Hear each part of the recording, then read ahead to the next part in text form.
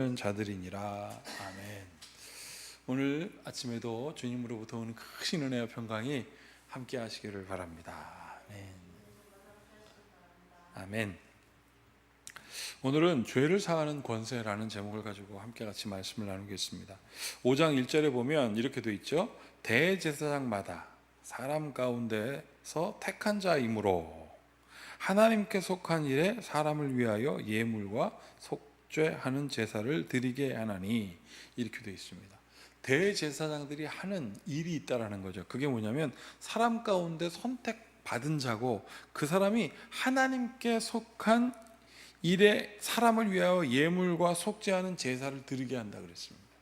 그러면 하나님께 속죄받고 싶은 사람들을 위하여 대제사장들은 예물과 속죄물을 가지고 그들을 대신해서 하나님께 드리고 각을 뜨고 연기를 피워서 하나님 앞에 그들의 죄를 대신하는 것이 대제사장의 일입니다. 이게 사람 중에 뽑은 대제사장들이 한다는 일이죠. 자, 우리 집사님은 제가 지금 어떤 말씀 하시는지 이해가 되시죠? 네, 이해가 되신다고 하셨습니다. 자, 그런데 이해를 못하는 사람들도 분명히 있습니다. 왜 꼭 그렇게 해야 하느냐 말이죠. 대표적인 게 무엇이냐면, 이렇게 대제사장들이 사람들의 죄를 대신해서 하나님께 속죄물을 드리고 제사를 드리는 것을 사람들이 다 이해하고 가는 사람은 뭐가 있느냐면 믿음이 있습니다. 나의 죄를 대제사장이 아뢰고 대제사장이 1년에 한 번씩 지성소에 가서 하나님을 만나서 하나님께서 주신 그 은혜를 들고 와 우리에게 죄사함을 선포하면 나의 죄는 다 사해졌지. 그게 그들의 삶 속에서는 실제였어요. 내가 죄사함 받았구나. 자, 그런데 예수님께 제사장들이 어떤 여인을 데리고 옵니다. 현장에서 음행을 하다가 잡혀온 여인이에요. 그 여인을 예수님 앞에 데리고 와서 시험합니다. 자, 모세의 율법에 보면 음행하다 잡혀온 여인은 돌로 쳐 죽이게 되어 있는데 어떻게 하면 좋겠습니까? 자, 여기에는 두 가지가 있습니다. 이들은 외통수라고 생각한 거예요. 첫 번째, 예수님께서 안 돼라고 말하면 이거는 모세의 율법을 저버리는 거거든요. 모세의 율법이면 하나님께서 주신 건데, 이거는 좀 전에 집사님께서 까닥까닥 하신 것처럼 많은 사람들이 다 아는 바예요. 이거를 저 사람이 어기네? 어디 두고 보자. 죽이라고 하는지 말아야 하는지. 두 번째, 죽이라고 한다면 자기들의 권위가 사람들 앞에서 인정받는 거예요. 거 봐라, 너희들이 믿고 따르는 예수님도 저 사람 죽이라고 했지 않냐. 저분도 율법을 따르건만 너희들 왜 이 율법에 기록된 일들을 어기느냐, 그러니까 죽여 마땅하다, 이러려고 했던 거죠. 자, 그런데 예수님께서 의외의 말씀을 하십니다. 요한복음 8장에 있는 내용이죠. 너희들 중에 죄 없는 자만 돌을 더 들어 던지라. 대답이 애매한 거예요, 이 사람들 마음 가운데. 그런데 이 사람들이 이해가 안 가요. 여기서 중요한 거는 이해가 안 가는 거예요. 율법대로 해라 라고 하든지 율법대로 하지 말고 여자를 살려라 라고 그들은 생각했는데, 예수님께서는 뭐라고 말씀하시냐면 죄 없는 자가 돌로 치라 라고 하니까 이 사람들이 헷갈렸습니다. 오늘 이 말씀과 똑같아요. 우리가 누군가가 죽었다가 살아났습니다. 죽었다가 살아났는데 그 사람이 죄인이었어요. 그럼 죽었다가 살아난 사람에게 있었던 모든 것들, 그 전에 있었던 잘못을 다시 한번 뒤집어 써서 그 죽었다가 살아난 사람들에게 뭐라고 하겠습니까? 우린 그렇게 못합니다. 왜냐하면 죽었다 살아나게 하는 것을 모르기 때문에 그렇습니다. 우리는 하나님의 뜻을 몰라요. 우리가 하나님께서 하신 일에 대하여 그 기적에 대해서 우리가 모름에도 불구하고 우리는 자꾸 어떻게 합니까? 알려고 그래요. 알라고. 거기서 문제가 생깁니다. 죄는요, 하나님께 권위를 도전했을 때 생기는 겁니다. 여기 뭐라고 되어 있냐면 죄 사하는 권세는 하나님으로부터 받은 겁니다. 자, 여기 보십시오. 5절입니다. 같이 한번 읽어볼까요? 5절. 또한 이와 같이 그리스도께서 대제사장 되심도 스스로 영광을 취하심이 아니요 오직 말씀하신 이가 그에게 이르시되 너는 내 아들이니 내가 오늘 너를 낳았다 하셨고, 하나님께서 아들이신 그분에게 말씀하셨어요. 네가 죄 사함을 선포해라. 예수님도 하나님께서 명령하신 그것을 그대로 순종하여서 죄사함의 권세가 선포되었던 것입니다. 그러면 우리는 어떤 사람들일까요? 우리는, 집사님은 하나님으로부터 부름받은 사람이라는 것을 먼저 믿으십시오. 그리고 그 다음에 우리가 예수님의 이름으로 할 때 그것에는 실제 하는 권세가 있어요. 뭐 막연한 죄사함이 아니라 실제 하는 죄사함의 권세. 근데 어떤 사람들은 이것을 오용하는 사람들이 있죠. 나 어저께 죄 졌는데 오늘 죄사함 받았으니까 내일 천국 갈 거야. 심지어 어떤 사람들은 이렇게 생각한다고 했죠. 막 죄 짓다가 죽기 직전에 죄사함 받으면 천국 간다. 여러분, 하나님이 다 아세요. 그 정도 모를까요? 다 압니다. 물론 이럴 수 있어요. 죄 짓다가 죽기 직전에 예수님 만난 사람이 있어요.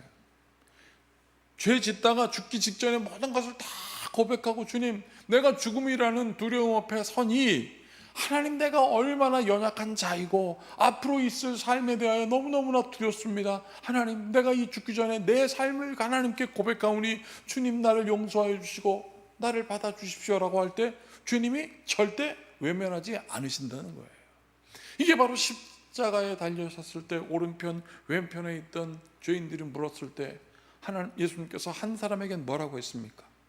주님, 나를 잊지 마세요라고 하니까 너는 정녕 나와 낙원에 함께 있을 것이다 라고 말씀하셨고, 어떤 사람은 당신이 하나님의 아들이면 나와 함께 구원해라 라고 말했을 때 예수님께서 뭐라고 하셨습니까? 저들이 무슨 짓을 하는지 알지 못합니다 라고 한 것입니다. 오늘 우리가 분명히 할 것은 죄 사함의 권세는 누구에게 있느냐면 하나님에게 있습니다. 그리고 그 하나님의 선포를 믿는 자들이 누군가에게 죄 사함을 선포했을 때 그것이 서로 믿음으로 교통이 일어날 때 우리 가운데 화해가 일어나는 거예요. 그래서 오늘 7절을 한번 보시겠습니다. 그는 육체에 계실 때에 자기를 죽음에서 능히 구원하실 이에게 심한 통곡과 눈물로 간구와 소원을 올렸고 육신을 입었기 때문에 그의 경건하심으로 말미암아 들으심을 얻었느니라. 자, 그러면서 11절 보십시오. 이렇게 되어 있습니다. 멜기세덱에 관하여는 우리가 할 말이 많으나 너희가 듣는 것이 둔함으로 설명하기 어려우니. 멜기세덱이 누굽니까? 아브라함이 광야에서 전쟁하고 일어나다가 살렘 왕을 만나요. 샬렘 왕. 이거는 완전한 평화의 왕이라는 뜻입니다. 그 샬렘 왕이 누구였냐면 멜기세덱이라고 했고, 그것을 창세기에는 뭐라고 그랬냐면 영원한 대제사장이라고 그랬습니다. 성경을 뒤져봐도, 역사책을 찾아봐도 사람들이 추측할 뿐이지 이 멜기세덱의 위는 누구고 멜기세덱의 아래는 누구인지 기록되지 않았어요. 오직 하나만 딱 기록되어 있어요. 영원한 대제사장. 그 영원한 대제사장 샬렘 왕, 완전한 평화의 왕, 그가 아브라함을 축복합니다. 그리고 아브라함은 어떻게 했습니까? 그거를 받아들여요. 이게 믿음의 소통인 거예요. 당신 누구야? 샬렘한 당신의 왕은 누구고 당신의 통치는 어느 정도 되며 내가 이기면서 왔는데 당신이 왜 나를 축복해? 이렇게 우리가 막 알려고 한 게 아니었다는 거예요. 다시 한번 보십시오. 11절. 멜기세덱에 관하여는 우리가 할 말이 많으나, 여기 뭐라고 되어 있습니까? 너희가 듣는 것이 두나무로 설명하기 어려우니라. 12절. 때가 오래되었으므로 너희가 마땅히 선생이 되었을 터인데 너희가 다시 하나님의 말씀의 초보에 대하여 누구에게서 가르침을 받아야 할 처지이니 단단한 음식은 못 먹고 젖이나 먹어야 할 자가 되었도다.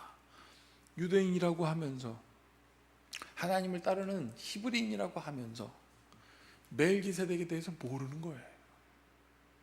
성도라고 하면서 하나님을 모르는 거예요. 성도라고 하면서 예수님 모르고 성도라고 하면서 성령 구하지 않았던 거예요. 자, 그런데 여기서 오늘 성경은 뭐라고 얘기하냐면 너희들 수준에 안 오니까 하나님께서 너희를 배제할 거야가 아니라 그럼에도 불구하고 하나님은 그들에게 어떻게 해요? 다 큰 성인이 먹는 딱딱한 음식이 아니라 젖 먹이는 아이에게 주는 젖처럼 내가 너희를 구별하지 않고 배제하지 않겠다는 것입니다.